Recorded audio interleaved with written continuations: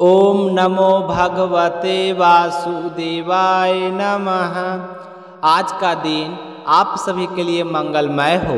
आज सावन महीने का 11वां दिन है। सावन महीने में प्रतिदिन श्रीमद् भागवत महापुराण की कथा का श्रवण करने से जीवन में होने वाले अज्ञान वश पापों से छुटकारा मिलता है। साथ ही 1000 गौदान के बराबर पुण्य की प्राप्ति होती है। अब आइए सुनते हैं सावन मास कथा का 11वां अध्याय। श्री सुखदेव जी कहते हैं कि परंचित नंद बाबा ने कार्तिक शुक्ल एकादशी का उपवास किया और भगवान पूजा की तथा उसी दिन रात में द्वादशी लगने पर स्नान करने के लिए यमुना जल में प्रवेश किया। नंद बाबा को यह मालूम नहीं था कि यह असुरों की बेला है, इसलिए वे रात के समय ही यमुना जल में घुस गए। उस समय वरुण के सेवक एक असुर ने उन्हें पकड़ लिया और वह अपने स्वामी के पास ले गया। नंद बाबा के खो जाने से ब्रज के सारे गोप श्री कृष्ण, अब तुम ही अपने पिता को ला सकते हो। बलराम, अब तुम्हारा ही भरोसा है। इस प्रकार कहते हुए रोने पीटने लगे। भगवान श्री कृष्ण सर्वशक्तिमान हैं एवं सदा ही अपने भक्त को भय भगाते हैं आए हैं।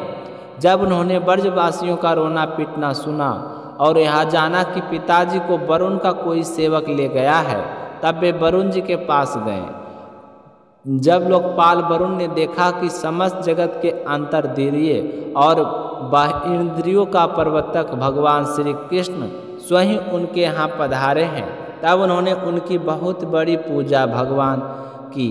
भगवान के दर्शन से उसका रोम रोम आनंद से खिल उठा। इसके बाद उन्होंने भगवान से निवेदन किया कि वरुण जी ने कहा, प्रभु आज मेरा शरीर धारण करना सफल हुआ। आज मुझे संपूर्ण पुरुषार्थ प्राप्त हो गया, क्योंकि आज मुझे आपके चरण की सेवा का शुभ अवसर प्राप्त हुआ है। भगवान जिन्हें भी आपके चरण कमलों की सेवा का शुभ अवसर प्राप्त हुआ, वे भवसागर से पार हो गए हैं। आप अपने भक्तों में के भगवान, वेदांतियों के ब्रह्म और योगियों को परमात्मा हैं। आपके स्वरूप में विभिन्न लोक सृष्टियों का कल्पना करने वाली माया नहीं है, ऐसी श्रुति कहती है। मैं आपको नमस्कार करता हूँ। प्रभु, मेरा यह सेवक बड़ा मूढ़ और अनजान है। यह अपने कर्तव्यों को भी नहीं जानता। वही आपके पिताजी को ले आया है। कृपया करके उसका अपराध क्षमा कीजिए। हे गोविंद, मैं जानता हूँ कि आप अपने पिता के प्रति बड़ा प्रेम भाव रखते हैं।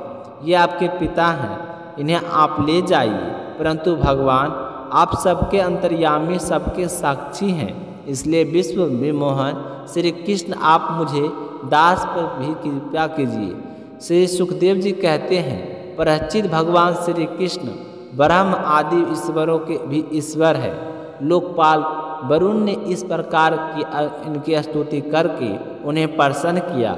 इसके बाद भगवान अपने पिता नंद जी को लेकर ब्रज में चले गए और आए और ब्रजवासियों भाई बंधुओं को आनंदित किया। नंद बाबा ने वरुण लोक में लोकपाल के इंद्रातीय ईश्वर में और सुख संपत्ति को देखा तथा यह भी देखा कि वहाँ के निवासी उनके पुत्र श्री कृष्ण के चरणों में झुक झुक कर प्रणाम कर रहे हैं। उन्हें बड़ा विस्मय हुआ। उन्हें ब्रज में आकर अपने जाति भाइयों को सब बातें कर सुनाई और विचार किया कि क्या कभी जगदेश्वर भगवान श्री कृष्ण हम लोगों को भी अपना मायातीत स्वधाम जहाँ लेकर केवल इन प्रेमी भक्तजन जी ही जा सकते हैं। प्रचित भगवान श्री कृष्ण स्वयं स्वरदर्शी है, भला उनसे यह बात कैसे छिपी रहती। वे अपने आत्मीय गोपों को यह अभिलाषा जान गए और उनका संकल्प सिद्ध करने के लिए कृपया भरकर इस प्रकार सोचने लगे, यह संसार में जीव अज्ञान व शरीर में आत्मबुद्धि करके भांति भांति की कामना और उनकी पूर्ति के लिए नाना प्रकार के कर्म करता है। फिर उनके फलस्वरूप देवता, मनुष्य, पशु, पक्षी आदि ऊंची नीची योनियों में भटकता फिरता है। फिर अपनी असली गति को, आत्मस्वरूप को नहीं पहचान पाता। परम दयालु भगवान श्री कृष्ण ने इस प्रकार सोचकर उन गोपों को महेंद्रका से अतीत अपना परम धाम दिखलवाया। भगवान ने पहले उनको उस ब्रह्म का साक्षात्कार करवाया जिसका स्वरूप सत्य, ज्ञान, अनंत, सनातन और ज्योति स्वरूप है तथा समाधि निष्ठ गुणातीत पुरुष जिसे देख पाते हैं। जिस जलाशय में अक्रूर को भगवान ने अपना स्वरूप दिखलाया था, उसी ब्रह्म स्वरूप ब्रह्म हृदय में भगवान उन गोपों को ले गए। वहाँ उन लोगों ने उसमें डुबकी लगाई, वे ब्रह्म हृदय में प्रवेश कर गए। तब भगवान ने उसमें से उनको निकालकर अपने परम धाम का दर्शन करवाया। उस दिव्य भागवत स्वरूप लोक को देखकर नंद आदि गोप परमानंद मग्न हो गए।